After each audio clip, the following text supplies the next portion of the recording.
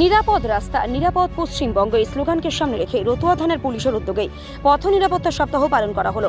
রবিবার রতুয়া থানা প্রাঙ্গণে পথ নিরাপত্তা নিয়ে সচেতনতা বাড়াতে বিশেষ কর্মসূচির আয়োজন করা হয়। কর্মসূচির অন্যতম আকর্ষণ ছিল অঙ্কন প্রতিযোগিতা।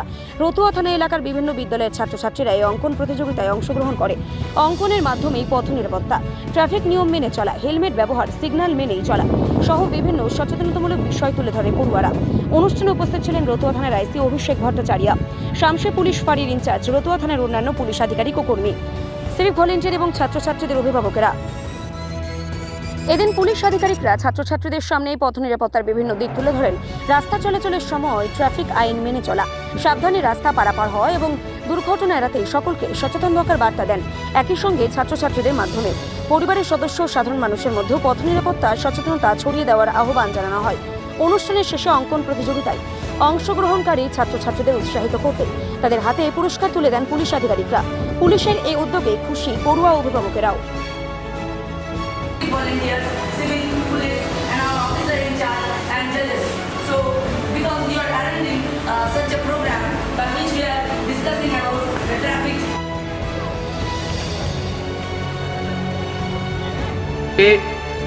পশ্চিমবঙ্গ সরকারের নির্দেশ এবং মাননীয় মুখ্যমন্ত্রী অনুপ্রেরণায় আমরা রাজ্যব্যাপী পথ নিরাপদ পালন করছি। রতুয়া থানার পক্ষ থেকে আজকে আমাদের পথ নিরাপত্তা সপ্তাহের শেষ দিন। তো আমরা একটা ভেবেছি যে যারা স্টুডেন্ট আছে, যারা আগামী দিনে আমাদের সমাজের এবং দেশের সুগঠিত করবে, তাদের একটা প্ল্যাটফর্ম দেওয়া। কি আরেকটা কথা ভাবি আমরা, আমাদের সংসারের নিরাপত্তা, সন্তানের নিরাপত্তার কথা ভাবি, পরিবারের নিরাপত্তা। অবশ্যই চালক এবং যাত্রীদের সিটবেল্ট পরিধান করা উচিত, যাতে সামনে ধাক্কার মুখ থেকে সিটবেল্ট রক্ষা করতে পারে।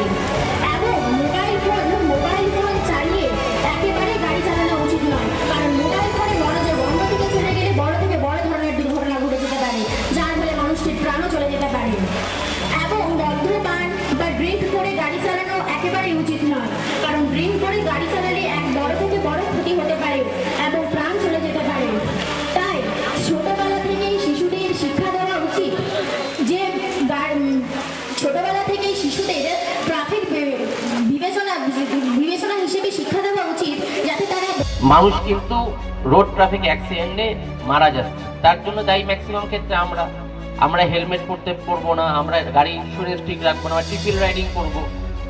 পুলিশের উদ্দেশ্য চেকিং করে কাউকে পানিশমেন্ট করা না। পুলিশ তখনই সফল হবে যখন মানুষ বিনা চেকিং সত্ত্বেও মানুষ রাস্তাতে যখন যাওয়ার সময় কিছু কিছু সচেতনতা সে অবলম্বন করবে এবং অ্যাক্সিডেন্ট কমবে। অনেক সময় লোকে বিরক্ত হন, অভিযোগ করেন যে আমার গাড়িতে ছবি তুলে নিয়ে ফাইন করে দিল।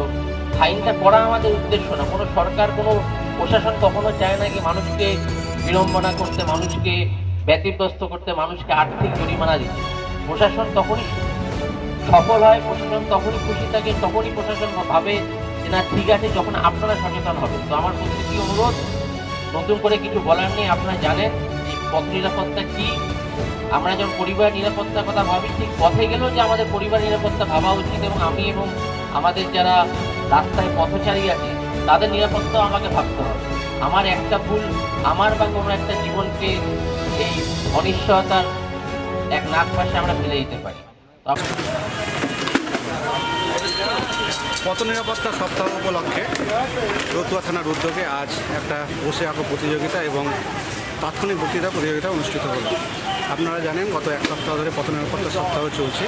এই সপ্তাহ উপলক্ষে বিভিন্ন জায়গায় বিভিন্ন প্রোগ্রাম হচ্ছে। সেই অনুপাতে আমাদের রতুয়া থানাতেও আজ শেষ দিনে এখানকার স্থানীয় ছাত্রছাত্রীদেরকে নিয়ে অনেক অভিভাবককে নিয়ে আমাদের বিভিন্ন অনুষ্ঠান ছিল। সবচেয়ে বড় ব্যাপার আমাদের যে তাৎক্ষণিক বক্তৃতাটা হলো সেটাও পথ নিরাপত্তার উপরেই, যাতে তাদের মধ্যে অ্যাওয়ারনেস তৈরি করা যায় এবং পুরস্কার স্বরূপ হিসাবে তাদেরকে হেলমেটই বিতরণ করা হলো, যাতে তাদের গার্জেনের কাছে, তাদের অভিভাবককে তাদের সেই বার্তাটা পৌঁছতে পারে এবং তারা তাদের স্কুল ছাত্রছাত্রীদের কাছ থেকে এবং তাদের বন্ধুবান্ধবের কাছে তাদের সেই বার্তাটা পৌঁছে দিতে পারে।